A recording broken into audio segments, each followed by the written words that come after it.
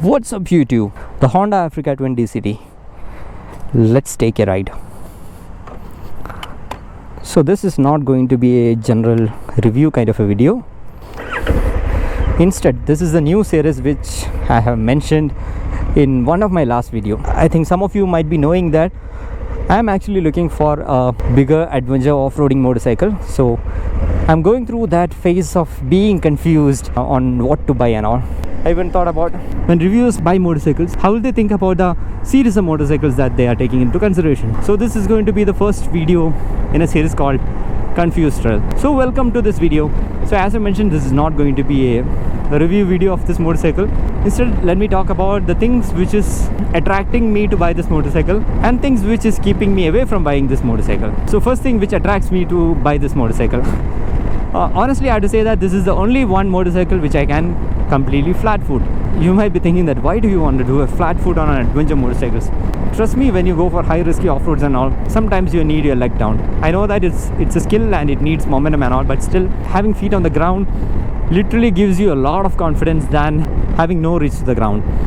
So in fact, this motorcycle is actually now sitting at the seat height of 810, which is a lowered version. Is absolutely wonderful. I can take it anywhere. That's my confidence. If I had to take a motorcycle of 870 mm to an unknown place where there is nobody, I'll at least think 5 times in order to take it or not. So that's the first point which attracts me in buying this motorcycle. And the second point, this one is damn affordable to maintain. I mean, don't even consider it to be a super bike. This one doesn't tear the pocket. Service cost and everything is very cheap, and also the parts availability and things are like very much available in Bangalore where I stay. So in that sense also it is much attracting to buy. Now the third thing, this doesn't require a lot of modifications except that I have to buy a crash bar and these snuggle protectors, that's all. Otherwise the bike is actually stock ready. I've been riding this motorcycle for the past 3 days, and the major expense when it comes to an adventure motorcycle are lights. So I have seen people spending lakhs of amount in buying lights. I mean, being a sports motorcycle guy, I really can't digest the fact that you have to spend lakhs on buying lights, even though we spend lakhs on buying exhaust. But yeah, that's an irony. Yes, this doesn't require a high beam light, that's what I'll think. An auxiliary light is not at all required because the normal light itself is good enough for me. And the next thing which attracts me in buying this motorcycle is how easy this is to ride. In the sense, it's an automatic, and I never have any issues riding any motorcycles on road. So when it comes to off-road, things are so different over there. And first I thought this motorcycle is going to be a very difficult motorcycle to off-road because it's completely automatic. Somebody is doing the shifting for you. But I got the sweet spot. Like when I took this motorcycle out of Big Wing Bengaluru, they didn't really taught me how to go off-road on this motorcycle. Just they told that there's an off-roading mode, you have to turn off the ABS, you have to turn off the traction control, that's all. But one sweet thing which I like after taking this motorcycle for off-road is that just put it on the manual mode and be on the first and the second gear with your paddle shift. You are as good as riding a manual motorcycle. So in that way, I really like it.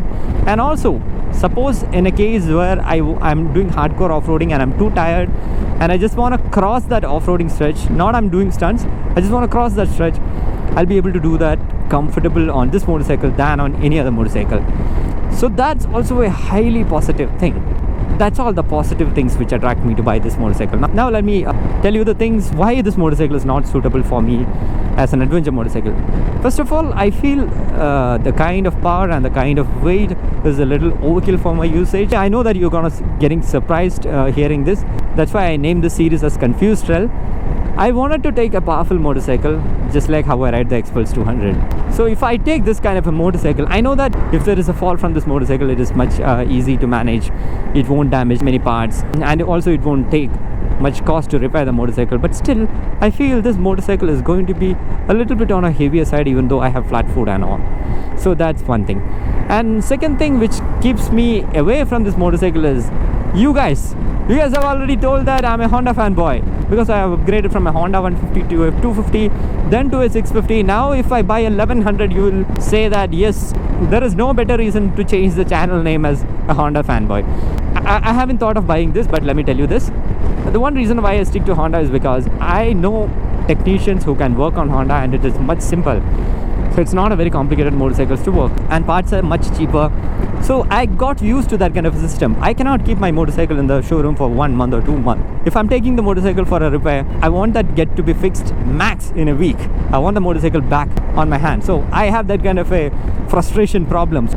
People always call me Honda fanboy, but yeah, that's one thing which is stopping me in buying this motorcycle. And third thing, this is an automatic motorcycle, so I'm actually looking for a new as well as used motorcycle. If I get a good deal, why not I buy a used one as well, because I don't really mind using a second-hand motorcycle which is less run and which actually saves a lot of money for me. So the automatic is a good thing if you want to do highway touring and all. Personally, I feel being a motorcycle viewer, I should stick on to geared motorcycle, I mean manual motorcycle. Because if I get too used to this kind of a system, I won't be able to comfortably ride a manual motorcycle off-road. My skills might go low. But if I ride a manual motorcycle and come to this, it takes a little bit of time to get used to the system, but definitely I'll be able to learn that. But if I go the reverse way, it is going to be a very hard time for me.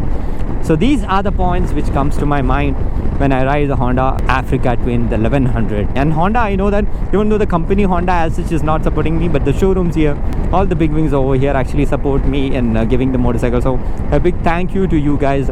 I'm always a customer to you because I'm not selling my 650. It is always there. So still I'm a customer. I'm not moving out. Just saying a thank you that you gave me this motorcycle when I told that I'm confused and I wanted to ride it a little longer. So that's it. Hope you like this video. Let me know what you think about my points, and if you have something different in your mind, I'm very curious to know about that. Thanks for watching. See you in the next video. Bye.